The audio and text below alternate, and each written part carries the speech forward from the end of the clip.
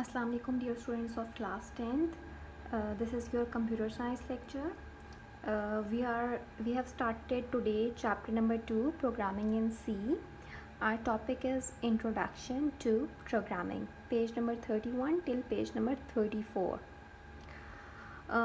Before exactly starting the programming, we need to know that what is a computer program, what are the basic rules to write the computer program, what are different type of languages, what is a high level language, low level language, what are the modern languages which we are using nowadays for programming, how to translate the programming language into machine language, and how your computer understand the program. These all are the basic things which are covered in this chapter. So we will start with the introduction to programming, and we will start with the computer program. We already have discussed and we have already learned in our previous classes that computer program is a set of instruction written in any programming language. Remember that when the set of instruction is written in a programming language, then it is a computer program. But if this set of instructions is written in natural language, then we call it as algorithm. Algorithm is the same thing that we have studied in our chapter 1. So understand the difference, that the set of instructions written in programming language is a computer program, and the set of instructions written in any natural language for a computer to execute it, then that is a algorithm. Your computer program consists of so many set of instructions, or you can say it has different statements or so many statements in it, and each statement in a computer program consists of two things, that is syntax and semantics. Syntax and semantics.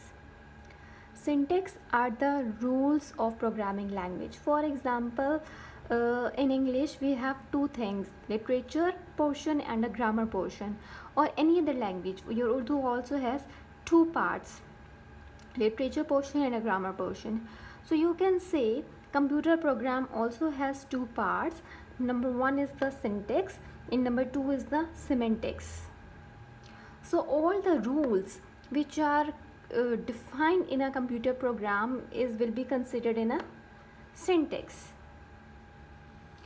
and the meaning of the statement is considered as semantics.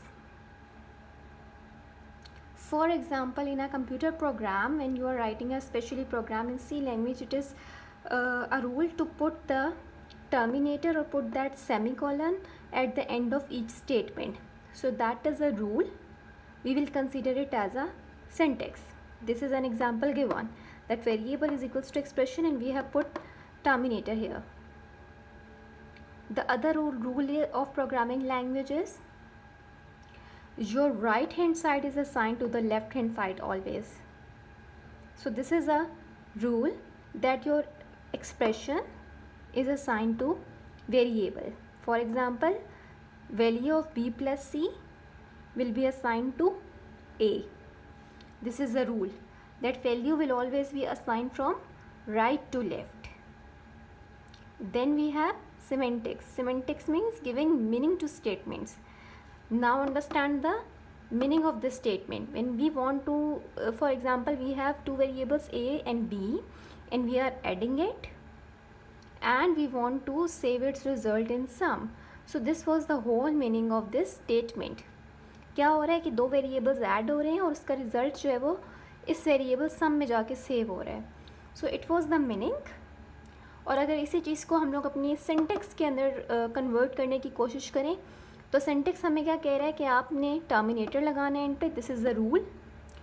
आपने जहाँ पे equals का sign लगाया है, so make sure कि आपकी हमेशा right hand की वैल्यू लेफ़्ट साइड पे जाती है, लेफ़्ट साइड की वैल्यू राइट पे नहीं जाती. It is not equals to maths. Maths में आप लोग दोनों काम लिख सकते हो. फॉर एग्जांपल, आपने कोई वेरिएबल मैथ्स में लिया है, x इज़ इक्वल्स टू 2 या 2 is equals to x. In maths both these statements are equal, but in programming it is not equal. Programming में हमेशा राइट हैंड वाली साइड आपकी लेफ्ट हैंड को असाइन होती है. So if you want to assign the value to to variable x, you have to put 2 to the right hand side. This is a rule.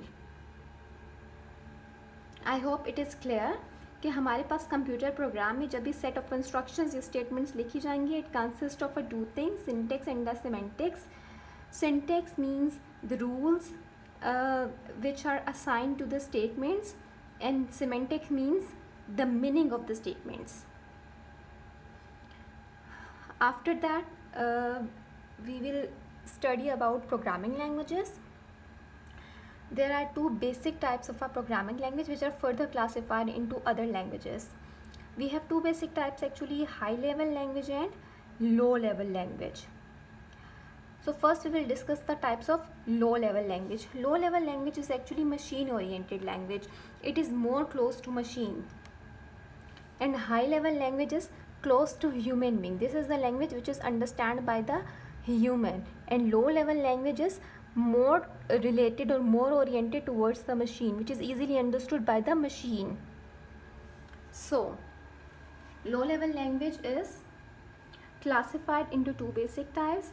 Number one is a machine language and the other is assembly language. Machine language is directly understood by the computer. You don't need any translator to when you write a program in a machine language. It consists of zeros and ones, and it is nearly impossible for a human to understand this language. It is only understood by the machine, by the programmed machines only. Then we have assembly language. Assembly language consists of symbolic codes, which is normally known as mnemonics. These symbolic codes are known as mnemonics. And assembler is required to translate this language into machine language. हमने जब भी computer का programme लिखना है, so we need to translate it into the machine language. Ultimately हमने अपने programme को translate machine language ही में करना होता है. So if the program is written in machine language then no need to translate it, but it is very difficult language, that's why we do not prefer it. It consist of zeros and ones.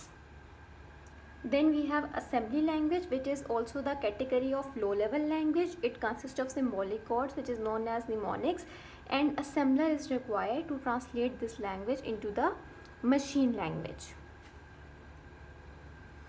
Then we have another type, which is high level language. The basic features of the high level language is it is English oriented language. It is most of the words in high level language are taken from the English language. Your compiler and interpreter is required to translate high level language into machine language. हम कोई भी programme लिखें उससे हमने machine language में translate करना ही है in any case. So we need to translate high level language into machine language. Compiler or interpreter is used. But why do we use this language? Because it is easy to understand. Your high level language is further classified into three types. Number one is a procedural language. Then we have structured language, and then we have object oriented language. Procedural language is a type of programming approach in which your program is divided into the smaller parts. These small parts is known as the modules. So, and we call it as modular approach. Your C language is an example of procedural language. जो language आप इस book में अपनी पढ़ोगे, that is a C language, and that is based on procedural approach in which your program can be divided into the smaller parts, and these smaller parts is known as modules. Then we have another approach, that is structured language. Your structured language has three fundamental characteristics.